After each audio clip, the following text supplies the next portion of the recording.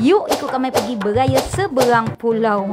Pasti Mika bercakap raya apa lagi Kak Mai, ketupat dah basi dah Kak Mai. Ini konten Kak Mai 3 hari raya yang kemarin belum sempat Kak Mai edit. Jangan pula Mika berfikir Kak Mai jam ini baru nak beraya. Apa tidak ada lagi keladak kuih pun tak ada. Kalau pun ada keladak kuih mentega lebih bekal pergi noreh.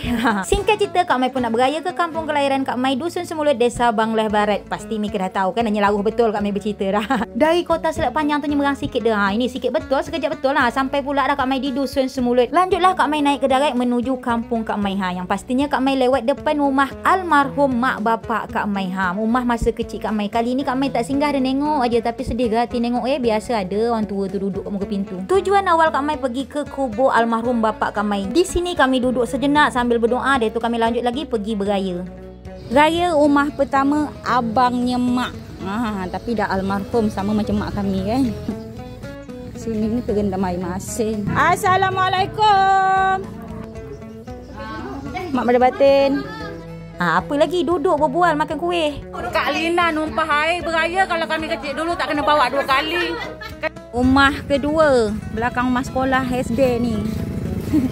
Tapi bibik kami tak ada. Rumah kedua, rumah ketiga lah ni. Kedua.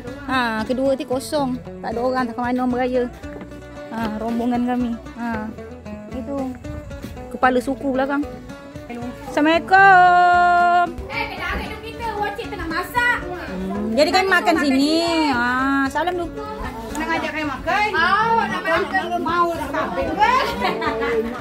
Tak Maya sekaping beras, siap-siap ah. Berarti makan tengah hari sini. Biarkan ke darat dulu. Kami ke Acah suruh makan nak lengah tadi. Rumah keempat. Rumah abang saya. Rumah bapak saudara sudah, rumah abang sudah, mak saudara sudah, rumah bibik sudah. Ini lanjut lagi rumah bapak saudara yang paling tua, abang mak Kak Mai yang paling jolong sulung. Ini kami pergi rumah bapak saudara Kak Mai ni lewat dari belakang rumah, bukan dari depan rumah dia. Terbalik kami ni sebab jalan dia ada 2, depan rumah dia ada jalan, belakang rumah ada jalan. Okey, ini rumah yang keberapa? Kelima. Rumahnya abangnya mak Kak Mai yang paling tua. Ini dia sepupu Kak Mai ni. Mak Lai Batin.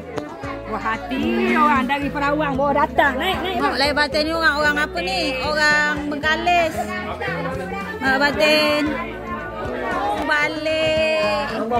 Nak Bengkalis Mak Lai Batin. Kebiasaan kami kalau rumah bapak saudara kami yang ini ni, kami duduk paling dapur, bukan rumah paling depan dia, paling dapur.